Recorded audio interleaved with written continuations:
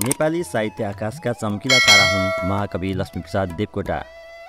बहुआयामिक बहुप्रतिभाशाली व्यक्तित्वका रूपमा उनलाई चिन्ने गरिन्छ। उनै बहुप्रतिभाशाली बहुआयामिक व्यक्तित्वको जीवनी कक्षा 10 को नेपाली पाठ्यपुस्तकमा समावेश गरिएको छ। म यहाँहरूमा आज यही जीवनी प्रस्तुत गर्न गइरहेको छु। नमस्कार, म ओम श्रेष्ठ। मेरो च्यानलमा यहाँहरूलाई हार्दिक स्वागत छ। यदि यहाँहरू यस च्यानलमा नयाँ हुनुहुन्छ भने च्यानल सब्स्क्राइब गर्न भने नभुल्नुहोला।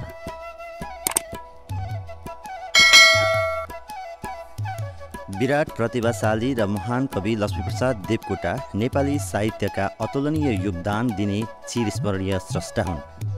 नेपालको प्रकृति, नेपाली धरती, नेपाली संस्कृति र नेपाली भाषा साहित्यलाई मुटुदेखि नै माया गर्दै साहित्य सिर्जना गर्ने देवकोटा नेपाली साहित्यका युग पुरुष हुन्। शिक्षित र पठित परिवारमा जन्मेका, जीवनमा दुःख र सुखका अनेकौं उकाली र ओह्राली भोगेका देवकोटाले किशोर अवस्थादेखि नै स्तरीय कृति रचना गरे। बिजुली वेगमा अनवरत साहित्य रचना गरे देवकोटाले सङ्ख्यात्मक र गुणात्मक रूपले सर्वाधिक कृति रचना गरेर नेपाली साहित्यलाई समृद्ध तुल्याएका छन्। नेपाली साहित्यका शिखर पुरुष लक्ष्मीप्रसाद देवकोटाको जन्म विक्रम सम्वत 1966 कार्तिक 27 गते भएको हो।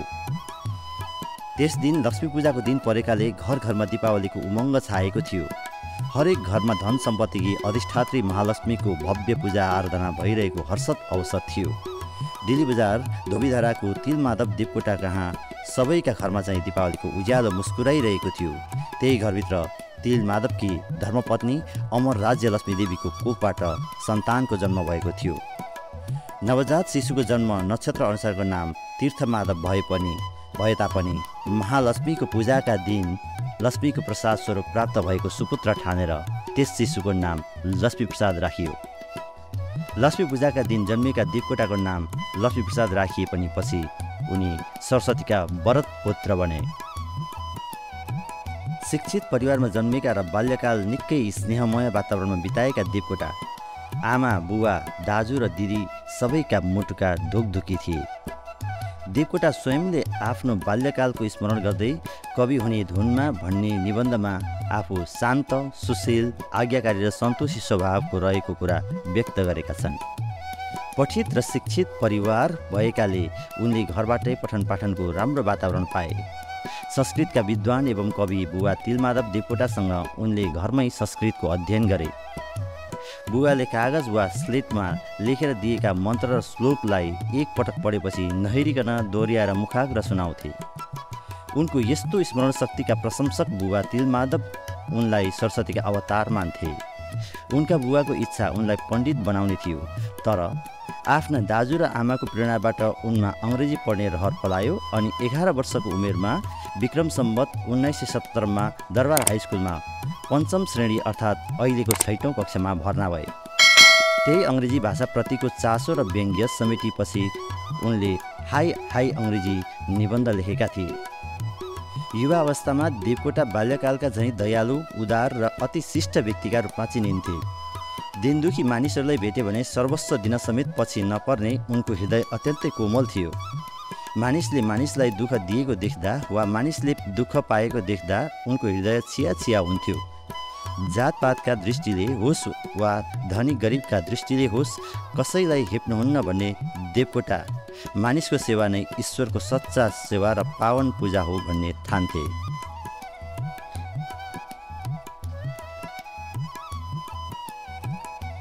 दरबार हाई स्कुल पढ्दादेखि नै कविता लेख्न सुरु गरेका देवकोटाले त्यसै बेला अङ्ग्रेजीमा कविता लेखेर समस्त शिक्षक र सहपाठी साथीलाई चकित पारिदिएका थिए।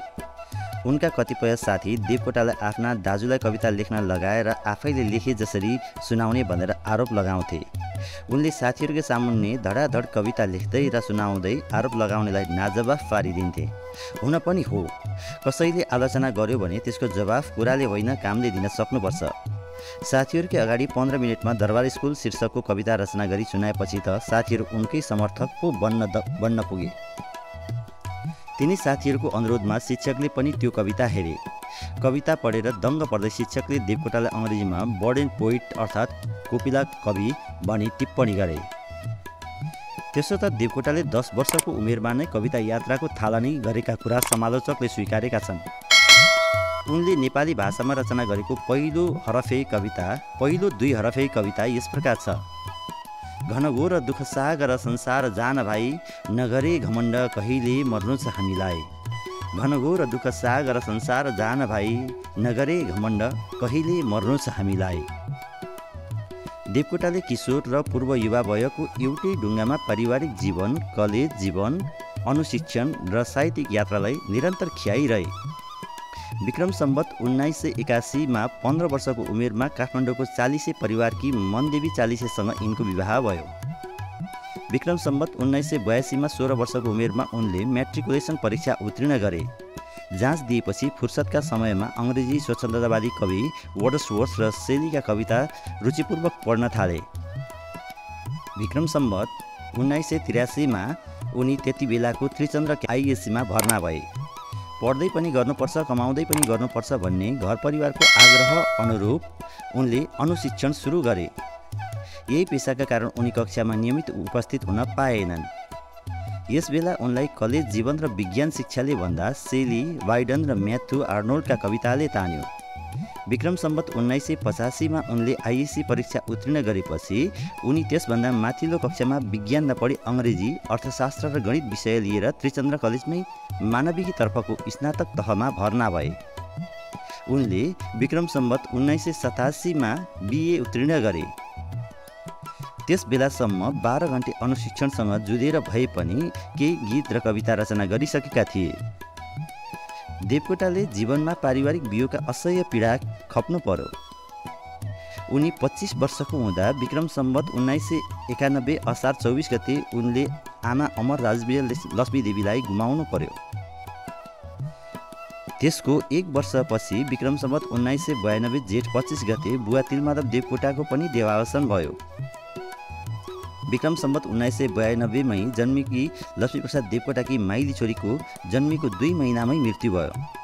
यसरी देवकोटाले 25-26 वर्षको उमेरमा बुवा, आमा र छोरी गुमाउनु पर्दा उनको हृदय कति छिया भयो होला। उनको जीवनमा आइपरेका यस्ता कहाली लाग्दा पीडाले उनलाई कति विवल बनायो, तर पनि उनले साहित्य सिर्जना यात्रालाई अघि बढाइरहे। त्यसबेला उनले लेखेका रचनामा आफन्तको मृत्युबाट सृजित वेदनाका साथै प्रकृतिको स्वच्छन्द र भावमय वर्णन पाइन्छ।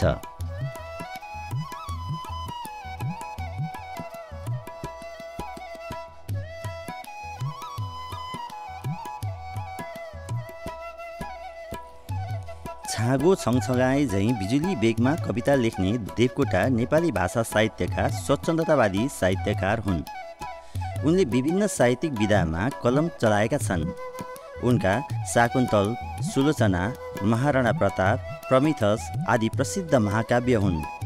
उनले मुना मदन, कुञ्जिनी र लुनी जस्ता दर्जनौं खण्डकाव्य लेखे।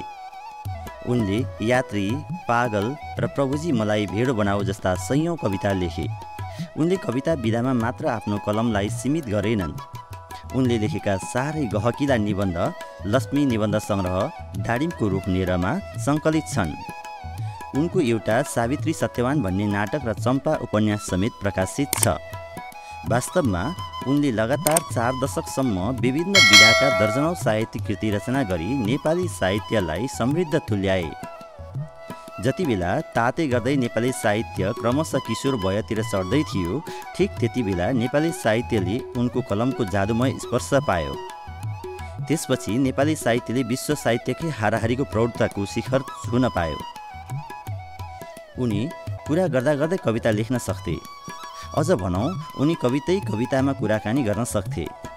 त्यसो नहुँदो हो त 3 महिनामा शाकुन्तल महाकाव्य, 10 दिनभित्र 60 घण्टामा सुलोचना महाकाव्य र एकै रातमा कुञ्जिनी खण्डकाव्य लेख्नु जुसुकैका लागि सम्भव हुने कुरा कहाँ थियो र। साहित्यमा देवकोटाका लागि भने असम्भव केही थिएन। बरु कविको नजरबाट अझै ओझेल परेको झ्याउरे छन्द अर्थात् लोक भाकालाई मुना मदन मार्फत देवकोटाले नै शिखरमा पुर्याएका थिए। आफ्नो जीवन अवधिमा उनले कविताका क्षेत्रमा 700 जति फुटकर कविताका साथै आधा दर्जन महाकाव्य रचना गरे। यिनै योगदानका कारण उनी नेपाली भाषा साहित्यमा सर्वोत्कृष्ट कविका रूपमा प्रख्यात छन्।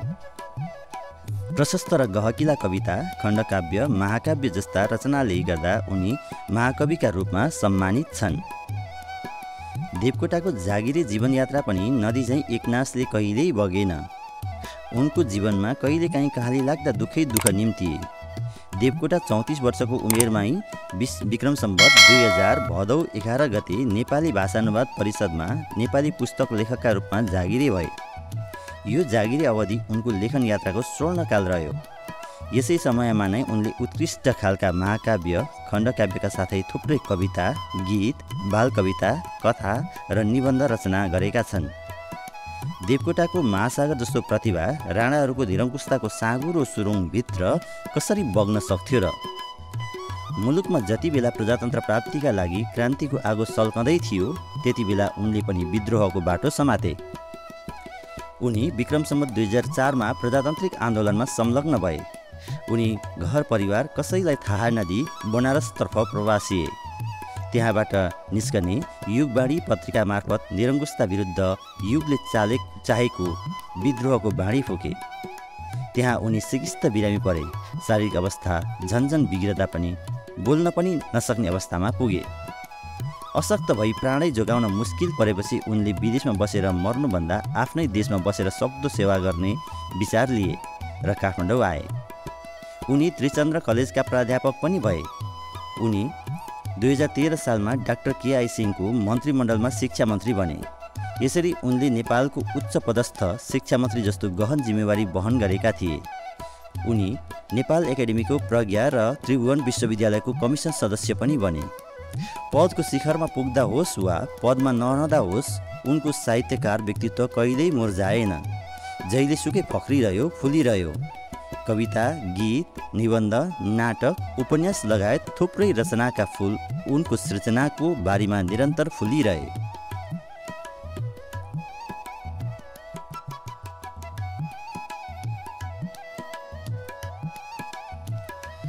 देवकोटाको साहित्यिक यात्रा र विचार सृजनात्मक प्रवृत्तिका दृष्टिले पनि आरोह अवरोहपूर्ण रह्यो। सुरुमा संसारलाई घनघोर र दुःख सागर ठान्ने देवकोटाले मानव सेवालाई धर्म र कर्मलाई ईश्वरको पूजा ठान्दै भिखारी कवितामा मानवतावाद र कर्मवादको शङ्खनाद गरे।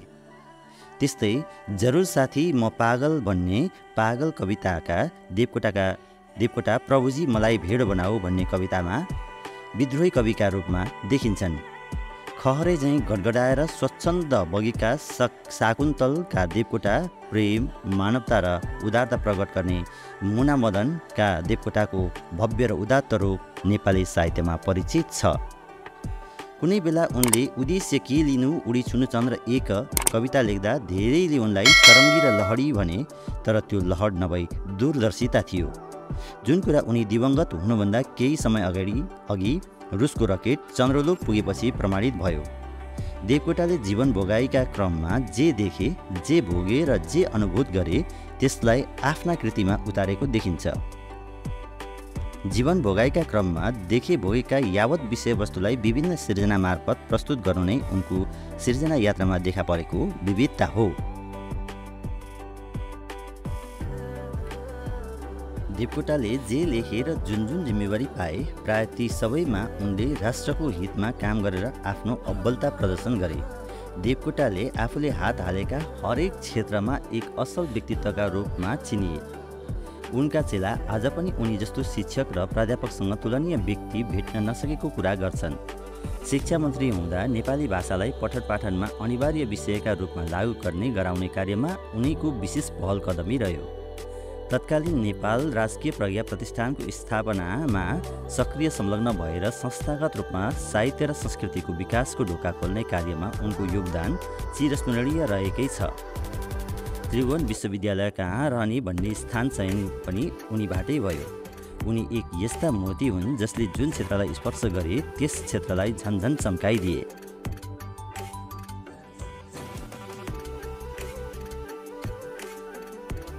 देवकोटालाई विभिन्न समयमा देश विदेश घुम्ने अवसर मिल्यो।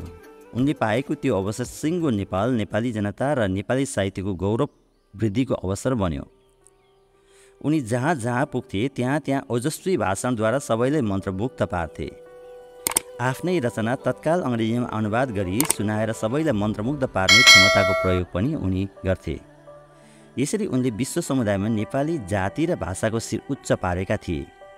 विक्रम सम्वत 2015मा तत्कालीन सोभियत सङ्घमा भएको अफ्रो एसियाली लेखक सम्मेलनमा भाग लिन उनलाई निम्ता आयो।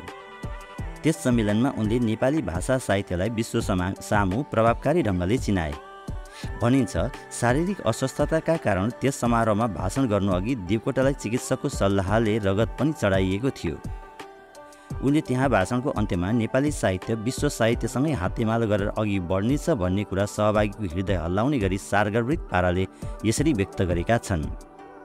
हिउँको माझमा जन्मिएको हाम्रो साहित्य कहिल्यै पनि एउटै पर्वत श्रृङ्खलाको भुलभुलैयामा बिलाउने छैन। हाम्रो साहित्य पनि एउटै प्रभावमा सम्मिलित भएर एसिया तथा अफ्रिकालाई परिवेष्टित गर्ने साहित्यको असीम महासागरमा मिल्न पुग्नेछ। यस महासागरद्वारा सिंचित त्यो साहित्य पहिलेभन्दा अझ बढी सुन्दर सम्पन्न बनेर जलबिन्दुका रूपमा फेरि हाम्रा पहाडमा नै बर्सनेछ। करिब 3 दशकसम्म नेपाली भाषा र साहित्यको सेवा गरेका देवकोटालाई क्यान्सर रोगले अचानक हमला गर्यो। एकातिर क्यान्सरको सहनै नसकिने पीडा र अर्कोतिर उपचारको आर्थिक सङ्कटले देवकोटालाई प्रताडित गर्यो। उनी लक्ष्मी पूजाको दिन जन्मे पनि जीवनभर उनलाई लक्ष्मीले भन्दा सरस्वतीले धेरै माया गरिन्। केही पैसा सरसापट गरेर उनी 2016 वैशाख 22 गते त्यति बेलाको शान्त भवन अस्पतालमा भर्ना भए। उनलाई थप उपचारका लागि कलकत्ता लानुपर्ने भयो। उनलाई विक्रम सम्वत 2016 असार 6मा उपचारका लागि कलकत्ता लगियो। कलकत्तामा 24 दिन बस्दा पनि उनलाई निको नहुने भएपछि काठमाडौँ फर्काइयो। समुद्र पारीका देशमा उपचार गर्ने खर्च उनीसँग थिएन। उनलाई असह्य पीडा भएपछि पुनः 2016 भदौ 5 गते शान्तवन अस्पतालमा भर्ना गरियो। उनले पीडा नै पीडाका बीच त्यही अस्पतालमा भदौ 8 गते प्रलय वेदना कविता रचना गरे। सोही महिनाको 16 गते मोती जयन्तीका दिन सङ्कल्प हाम्रो फलोस् कविता रचे। त्यही महिनाको भदौ 17 गते देवकोटालाई आफ्ना कृतिको मूल्यबारे सोद्धा अरू रचनाभन्दा मुना मदनलाई सबैभन्दा उत्कृष्ट रचना माने। मृत्युशय्यामा छटपटाउँदा पनि उनले साहित्य सिर्जना गर्न छोडेनन्। चिकित्सकले समेत उनको जीवनको आश मारेका थाहा पाएपछि देवकोटाकै इच्छा बमोजिम उनलाई आर्यघाट लगियो। उनी विक्रम सम्वत 2016 साल भदौ 29मा यो संसारबाट सदाका लागि बिदा भए।